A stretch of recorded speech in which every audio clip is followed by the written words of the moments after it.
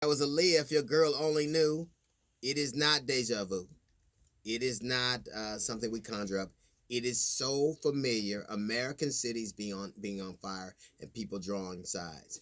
I heard Tucker Carlson railing on about how they tore down, they burned and looted an American an American police station. Meanwhile, Tucker Carlson and his ilk were silent when armed men took over a federal building in Oregon. There is a consistently a pervasive idea of the way of the duality of America. You have a president right now, when they start looting, we start shooting, which was from the 1960s during the riot from the police chief. I'd like to ask, when did they ever stop? America needs to stop using cliches that everybody know is not true. We don't condone violence here. Violence is not the answer, but it has been the answer. The reason we are here right now is because you condoned violence against people of color since our existence.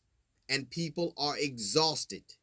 Right now, you send the National Guard and the police out to protect property. They will protect target instead of the people who have those very targets on their back. We have people in bureaucracies who explain it away. They say, well, that Mr. Floyd died of suffocation and a pre-existing condition. Now, I am not a coroner, but I can tell you that pre-existing condition was a boot, a knee in his neck for 10 minutes. And that pre-existing condition is America. Every time something happens to black people, they explain to us how it's our fault, whether it's COVID or the cops. Instead of having a situation where we put people in places that deserve to be there. Mr. Chauvin had over 18 complaints against him in 20 years, and so did his agent partner. The only people I know that can get 18 complaints from the public and still keep their jobs are cops and priests. And they do equally as much damage. America is burning because it keeps trying to be what it was, and everybody sees how destructive that is. When they start looting, we start shooting. When did you stop? That attitude right now is why we're here. That throwback to that attitude, the remnants of that attitude is why we die and you look the other way. It is why your cities burn. It is why blood is in your streets. It is why we look like a third world country right now. And we do it so often that you can almost time it on schedule. And all you need to do is invite us to the America that you are so proud of. The America you brag about. The land of the free and home of the brave. No, for us, it's the land of the pre-existing condition. On my page, a man said to me, you're behind your gates. You're safe behind your gates and your security.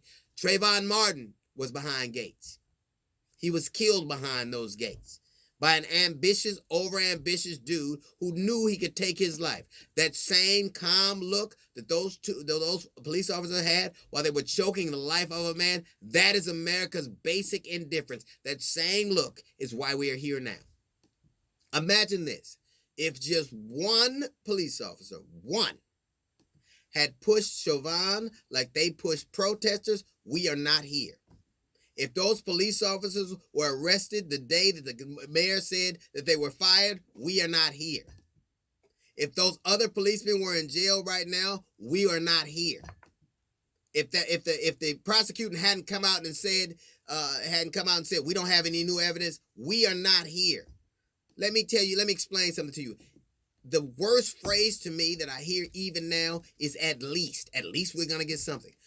Third degree murder, they don't even have that setting on my microwave. I don't even know where that is. Right under third degree murder is hunting without a license.